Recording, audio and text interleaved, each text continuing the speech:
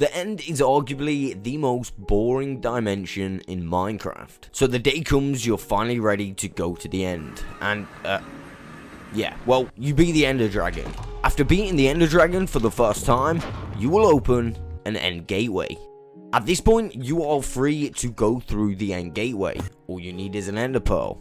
Once you're through, you gotta search around a little bit for an end city with an end ship. This will provide you with one of the rarest items in the game because you can only literally find it in an end ship. And that is of course, the elytra. The problem is, when you do get a pair of elytra, this dimension then becomes pointless. I mean, to be fair, you could fight the dragon another 19 times, opening up all 20 gateways, but you already have one pair of elytra, so there would be no actual reason to use the gateways that you just opened. Who in the right mind would even want to go get more than one pair? I mean, it's pointless, right? Moving on. My point is, what do you do with the end when you get this far? Some people like to elaborately decorate their ends, making it look pretty awesome. I've seen some pretty awesome videos of amazing looking ends about, but I wasn't too sure. Back in 1.16, there was an OP glitch that basically allowed you to remove any block using a sign. It was super OP. Took advantage of this exact glitch and removed every single piece of bedrock from the end gateways in Simply Survival. Now this gave me an idea. Fast forward to 1.18, I decided that I wanted to completely remove the end. Like, of course, we're not going to be able to remove the outer islands. That would be impossible. I mean, I think. But the central main island, that was our target. So this is the story of the end of the end. Of course, this is Simply Survival, so I want to do this the simplest way possible. And the simplest way I could think of was mining. Now, mining an entire end island on your own, I mean, it's not impossible, but it's very time consuming. And time is something I didn't really have. So for the first time in Simply Survival history, I decided to bring on a team. I went to the most trusted people I knew in my Discord mods. So yeah, let's meet the team. First off the bat, we had Cat, who was actually a dog. I know, it don't make sense. We had Brain, aka Blade. Subside, a Minecraft YouTuber. Out of Chris World, Heffalump, a truly dedicated Minecraft player. P3, Mr. Illegals himself. Monkey Boy, another dedicated survival player. Also in the team, we had the Newt and RB. And for some reason, everybody was telling me to be RB. Alright, no, that was a terrible joke. But that's the team. So with the team acquired, we now needed tools. We also needed a fast way to fix the tools as soon as they broke. And thanks to Out of Chris World, we already had a system set up. And yes, you guessed it, it is the super OP villager trading station. See, not only could we buy enchanted pickaxes for 1 emerald, we could literally buy everybody armor as well. We could get any book for 1 emerald in case they wanted to add enchantments to their newly bought armor. Bruh. Oh damn, I wanted those books. As far as fixing the tools goes, there were multiple choices that we had from this farm to do it. First of all, we could quite literally buy some bookshelves holding the tool that we wanted to fix.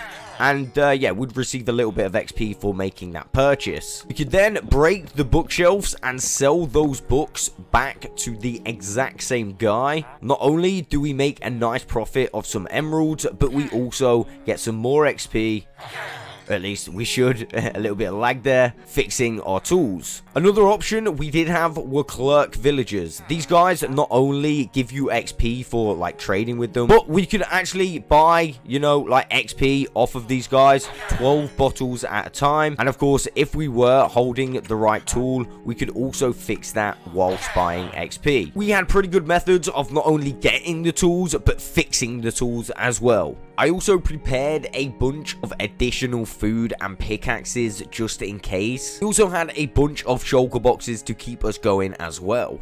Now before we started removing the end, I wanted to get some always beaming end crystals. And to do that, you are required to respawn the Ender Dragon a bunch of times, obviously depending on how many you want. So that is exactly what Monkey Boy, P3 and myself did. And once we had enough beaming end crystals, we were free to start mining. In the next few days, we took the island from level 62 to level 53. Now, this doesn't seem like a great deal, but all the obsidian towers were now flattened down, so the island was completely flat. We were taking on one layer by one layer.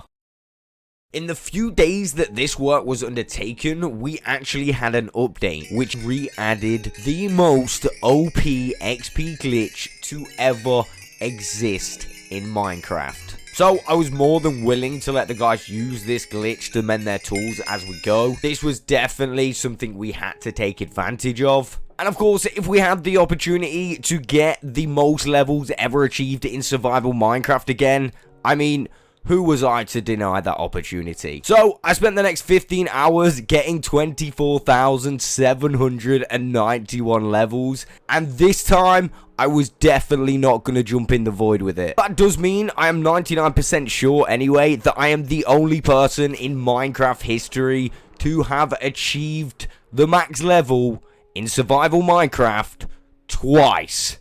I mean, that's a pretty good achievement.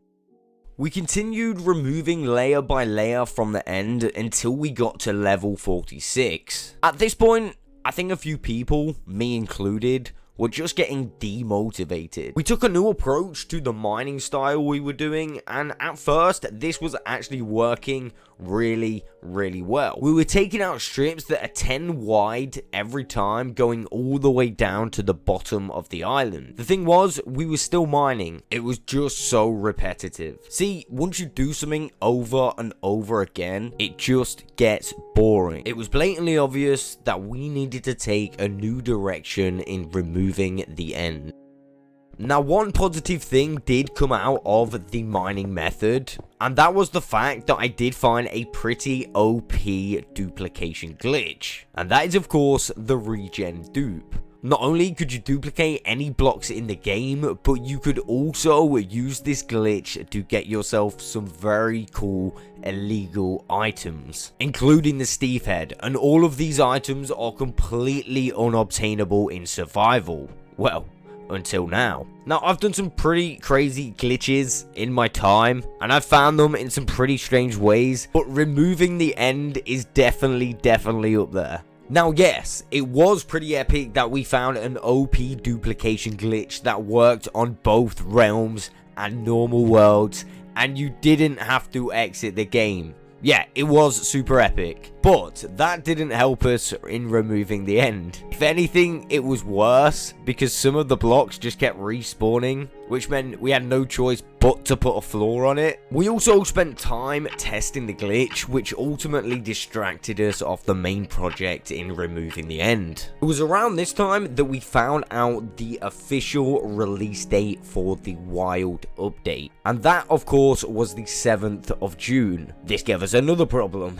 We literally had about 2 weeks remaining to finish the project. Originally, there wasn't no timestamp to get the project finished, although I think the target was to try and get it done before the Wild update. Then at least I could go and explore the new update without having other big projects to work on as well. Not really knowing what to do and how to finish the end, I honestly thought that the project wasn't going to get finished. And to top all of this off, on the 4th of June, the Hive released the biggest update that they've ever released. And me being the pro Hive YouTuber that I am, I collected all 101 out of 100 golden mailbots. And yes, the prize was very disappointing. Not to mention, 2 days before the Wild update, my end quite literally still looked like this. But you know what they say, where there's a wither, there's a way. So on May 26, 2022, we found out when the update would arrive. And just 1 day later, on May the 27th, 2022, I posted the OP survival Minecraft mining strategy, which inevitably would be the savior of this project. But where exactly did I get the idea for this? Well, I remembered a few days prior, I got pinged in the Jam Fam Discord server by a guy called Birdbrain. Long story short, he said in his message that a wither escaped and it gave him a thought. First thought that he had was you could use this for mining. That message resulted in me making this exact video and, like I said, inevitably saving the end project. So using the remaining time that I had, I used this method to clear as much of the end as I physically could. Of course, there would be a little bit of mining remaining, but nothing compared to what we would have had to do. Once you actually remove enough of the end, you will actually start to see these end islands appear. These things spawn so you have somewhere to stand once you come through the end gateways. I mean, it kind of does make sense. However, for this specific project, it wasn't really what we wanted. See, even if you completely remove the end island itself, these things would basically just regenerate once you saved and quit, which is obviously, like I said, not what we wanted. Fortunately, there was a pretty quick solution. Now, it wasn't the best. It didn't remove the platform altogether, but it did allow us to disguise the platform, and I'll show you how. Basically, what you had to do was go in the corresponding end gateway. Then you have to go back through and be careful not to move as you enter the other side. Alright, so I'm actually standing on this block just here. I move slightly forward. After that, you would remove every single block apart from the one you're standing on. And to top it off, we went around the remaining block with some black concrete to really disguise the final block. You could also put a piece underneath, so you can just see our island, or at least that was our island. Now, when I relog, you can see it does no longer respawn. So the 7th arrived. It was the day of the wild update, and it was only right to finish the project how it started. Let's go. So we have all came together for the final block. We have literally got to remove one more block and it's going to be official. Go, go, go. And we are all in. We want to go this way, this way, this way. Let's go, guys.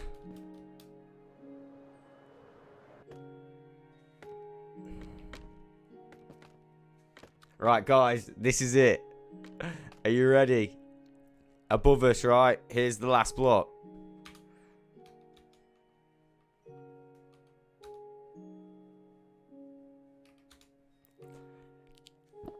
I can't believe it. The end is officially gone. Dude. I actually never thought it would be possible. But we actually did it. Jeez Louise. Well, there we go. Okay, so there were 3 spawn end islands in that video, but we very quickly removed them. And yes, this is the final result. I mean, not final result. I still need to add some carpets and glass. I think I'm just going to leave the beacons where they are because, I mean, they look pretty decent. When the floor is fully carpeted, the plan is that it will kind of merge with the void. But, I mean, I'm definitely going to not rush to get that finished. So, there we have it.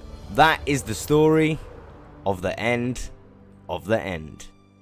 I will catch you on the next one.